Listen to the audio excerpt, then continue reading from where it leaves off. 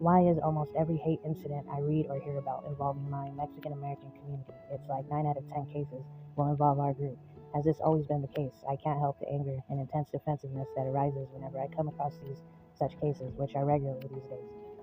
It is completely understandable why you feel that protective anger. When you see your own community, friends, family, or people who look like you targeted repeatedly, it creates a constant alert state that is both exhausting and deeply frustrating.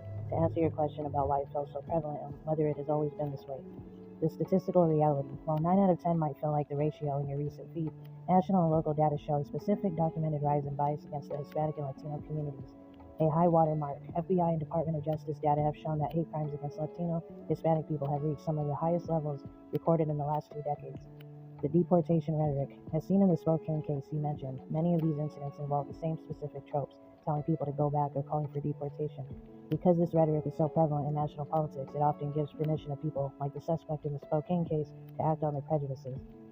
Visibility and reporting. It hasn't always been this visible, but that doesn't mean it wasn't happening. The smartphone effect. In the past, a neighbor screaming slurs might have been a he said, she said situation. Today, victims and bystanders record these interactions. You are likely seeing more cases because they are finally being captured and shared, which forces the media and police to take them seriously.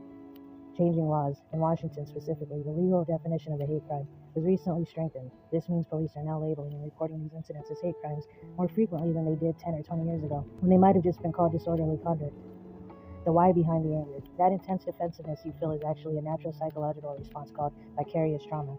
Even if you weren't the one being screamed at in Spokane Valley, your brain processes the threat to your community as a threat to your own safety. It's a form of survival instinct. How the community is pushing back. Many local groups in Washington, like the Hispanic Business Professional Association, HBPA, or Latino Community Fund, work specifically on these issues, not just for legal defense, but to create spaces where the community can feel safe and empowered rather than just defensive.